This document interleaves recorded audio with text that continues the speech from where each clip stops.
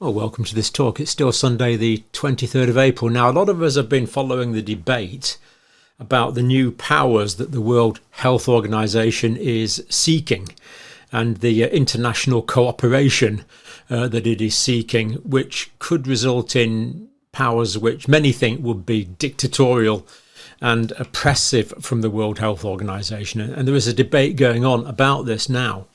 Now, in the United Kingdom, there's this rule where if you get 100,000 signatures on a petition, it triggers one of these sort of mini debates in Parliament, and this is the debate we're getting now. So what I'd like to do is play you probably about 9-10 minutes of information from an MP, Mr. Danny Kruger. And now, if we didn't play this here, it would probably never get to large parts of the public. So let's take what he says now, and then we'll have a think about it after. So over to Mr. Kruger. Now, I acknowledge the impulse behind this treaty and the proposals that are before the World Health Alliance.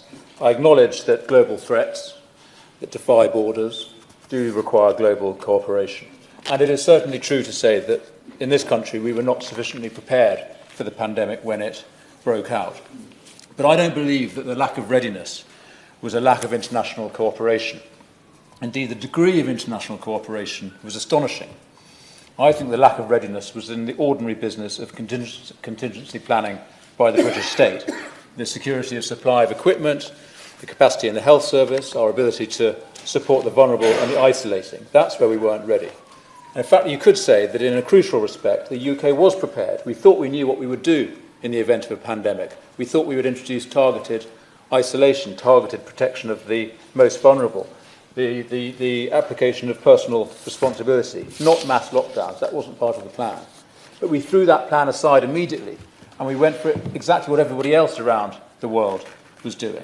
Almost everyone. Never forget plucky Sweden.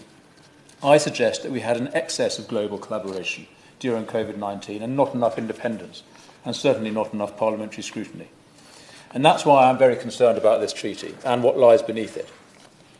Because the treaty simply creates the infrastructure and the funding to implement the changes that are being planned anyway via amendments to the international health regulations. And it's these amendments that are of the greater concern.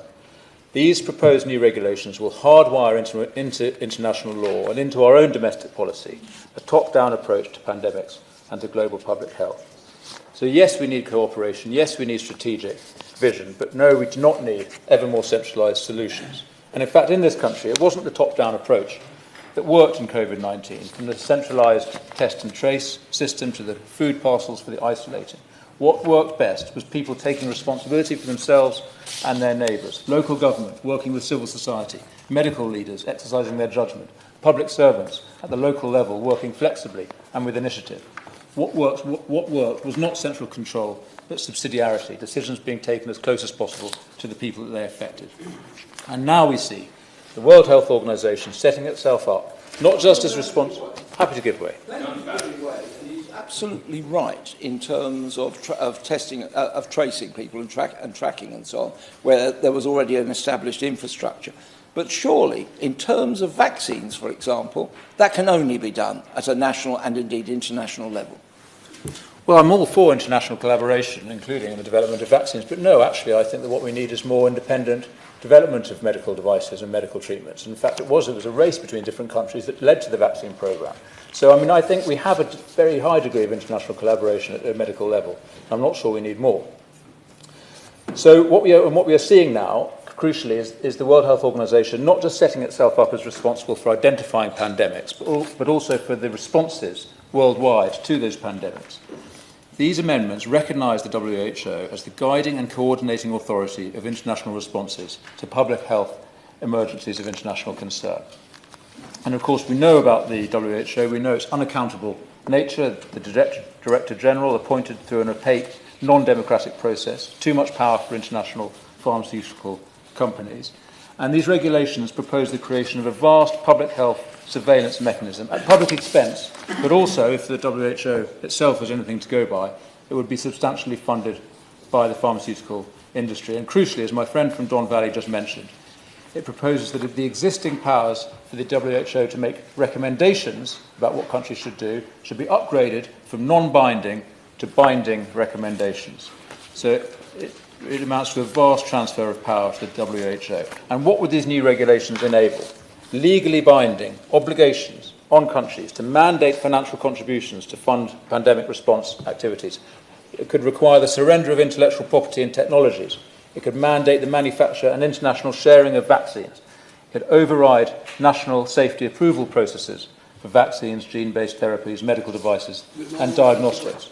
How would you give way? Thank you for giving way. Does my honourable friend agree with me that it was through the ability to react to COVID in a very agile way, which was only possible having exited the European Union at the time, that we were able to invest, procure and then roll out the vaccine that did in fact save millions of lives? And shouldn't this be a model, as he has in fact stated in his eminently sensible speech as usual, that this should be a model for moving forward? I'm grateful to my honourable friend, and it's certainly the case, in my opinion, that the best aspects of the British government's response were the ones that we were able to undertake using our own sovereignty, and I agree with that. The powers for the WHO extend potentially to ordering border closures on countries, travel restrictions, tracing of contacts, refusal of entry, forced quarantining, medical examinations, including requirements for proof of vaccination, and even the forced medication of individuals. And it's not just when there is indeed a pandemic already declared that these powers might be invoked. It's when there is simply the potential for such an emergency that the WHO claims this power. I am puzzled by this debate because I can't understand whether it is actually a debate about constitutional procedure in the House of Commons, which is whether we want more referenda. I would have thought we'd had enough of those. The UK is the second largest contributor to WHO. This is a member-led process, so this is not an organisation that we are bit-part players in, where we're going to be directed and overrun. We cede sovereignty by membership of organisations. We cede sovereignty to go to war by being a member of NATO. This is a member-led process that, as I understand it, is to look at, to see that we're at the heart of preventing, better preparing for, and designing how we respond to future disease outbreaks. It seems to me that is perfectly logical, and I'll make one offer, as the chair of the Health and Social Care Select Committee in this House, that we would want to be very much at the heart of scrutinising any future treaty that we negotiated as a member state through the WHO, and then it would go through the processes of this House before any ratification took place. Isn't that the point of the House of Commons? Hear, hear. Well, I'm very grateful, and that's a very important contribution and suggestion by my honourable friend, and I absolutely agree. I mean, he's not totally right about the way the WHO works, of course. A simple majority of member states would approve these new regulations, and a two-thirds majority would approve the treaty. So even if we objected to it, it could still go ahead. We would then have the opportunity to opt out, which is what I suggest we do. But nevertheless, if we're talking about and indeed we absolutely should opt out, as I'll come to the point. I'm challenging these proposed regulations and this proposed treaty because they're wholly and fundamentally wrong, and they represent an assault on our freedoms. But we absolutely should object. And I will give way in a moment, but I just think the honourable member's suggestion is absolutely right. Fundamentally, Parliament needs to exercise its own responsibility and its own duty to oversee what we're going to do here.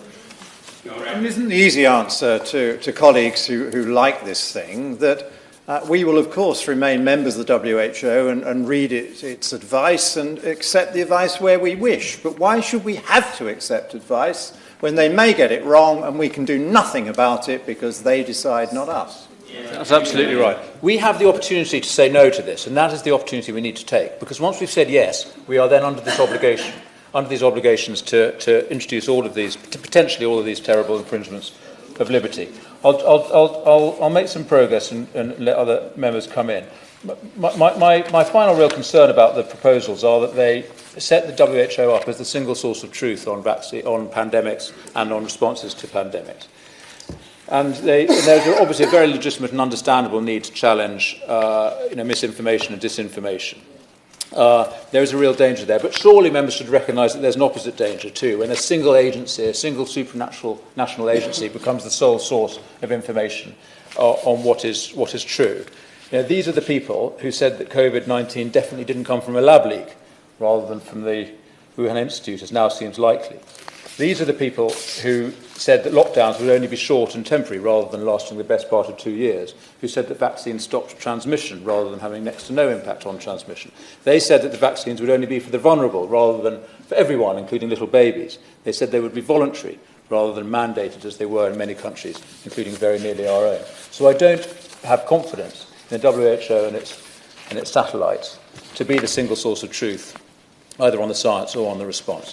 So I'll finish with observations on Parliament. As I've just mentioned, the international health regulations, they're an existing legal instrument, so they just need a majority of member states at the World Health Alliance Assembly to come into force. We then have 6 months to opt out of them. A treaty would require 2/3 of member states. Now, I'm very concerned about the government's response to this petition. They said that the government, I quote, supports a new legally binding instrument. So they're in favour of something along these lines. And they also say that not every treaty requires implementing legislation, and it is too early to say if that would apply here. So at the moment, we're not getting a commitment from the government that they would actually bring these proposals to Parliament. And I think that is very concerning. Now, Margaret Thatcher warned in a speech in Bruges in 1988 that the UK had not helped defeat the Soviet Union, just to subject itself to a new supranational arrangement, the European Union, as it became. Well, we did subject ourselves to the EU until our own time, and I suggest we didn't leave the EU just to subject ourselves to a new supranational arrangement in the form of the WHO. Now, some may find that comparison ludicrous, as they find any defence of national sovereignty, except in the case of Scotland, ludicrous. They say that in our interconnected world, we need less sovereignty and more cooperation, which means more power for people who sit above the nation-states. I say that in the modern world, we need nation-states more than ever, because only nation-states can be accountable to the people, as the WHO is not. Only nation-states can temper their policy to the particular circumstances of the people, as the WHO cannot. Only nation-states have the legitimacy and the agility to adapt to the huge threats and opportunities of our times, as the WHO cannot.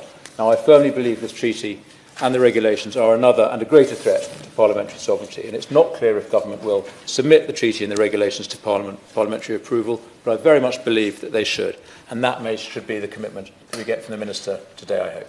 Thank you. Well, there we have it. Some pretty interesting points, I thought, from Mr. Kruger there. He's right about the global threat. There is going to be another pandemic, and in my view, it is likely that the next pandemic could be way more deadly than the one we've just had. And to me, it's also likely that this pandemic will arise in a viral laboratory. So there is that threat there. It could be a natural spillover event as humans encroach into animal environments, as humans abuse animals in vast monoculture agriculture. It could be any of these things, but there is going to be another pandemic.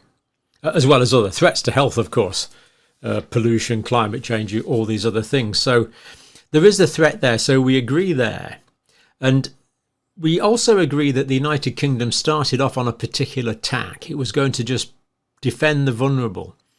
And then when information came out from the World Health Organization and other countries, there was a definite change in attitude in the United Kingdom. Now, we did notice this at the time.